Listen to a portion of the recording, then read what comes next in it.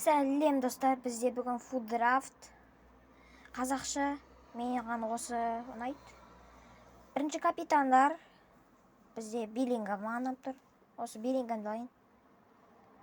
Келесі позиция бізде КМ, ЦП, короче. Бұл жерде маған Валиверде ұнайды. И мынау тоже кам. Бұл жерде маған Континю или Пульсик. Пульсикті алатын сияқтымын. Бұл видео бізде озвучкамен болады, сол үшін мен шатасуым мүмкін, кешіріңіздер. Мынаяқта маған Де Пауль. Нападающий Лео. Лукаку жақсы. Келесі нападающий бізде Хернандес болсын.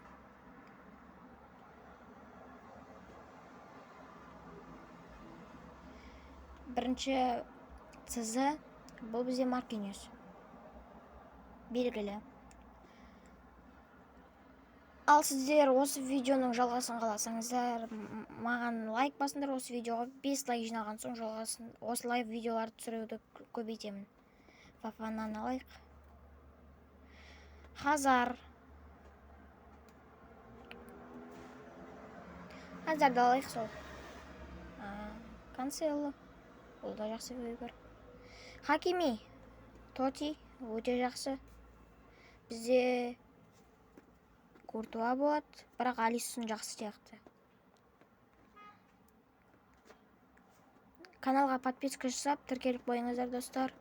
Сонда менің айтпақшы, видео көп шықпады, оның да себептері бар, кешіріңіздер. Қайттан оралатын боламын. Кауди. Мен айтпақшы, осы видеода Каудині қоюды ұмытып кетем, кешіріңіздер. Медина. Ал ендеше Модрич.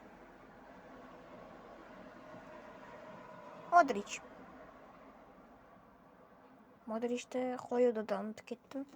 Мен көп адамдарды ұмытып кеттім, ол жақта кешіріңіздер. Келесі видеода ұмытпауға тырысамын.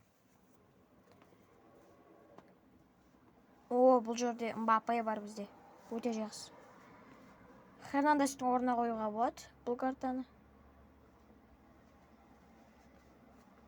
Екінші нападающий бұл жерде бізде ондай ешкім түспеді. Бізде Роберт Левандовский. Барселонаның қазіргі нападающий.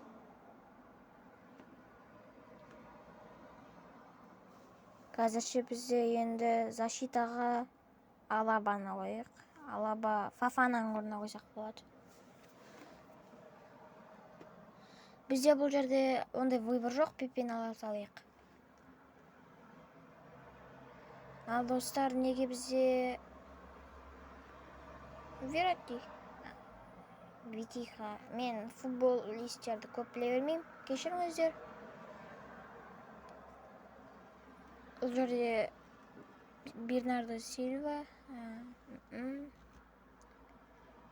Бұны біз Маркиньостың орнына бұл жерде қоятын жоқ.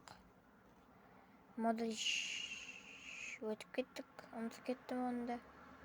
Енші тренерлер бізде Анчелотти бар, бірақ маған Гвардиола ұнап тұр. Гвардиола менің любимый тренерім. Осындай состав болды достар. Бағалап кетіңіздер.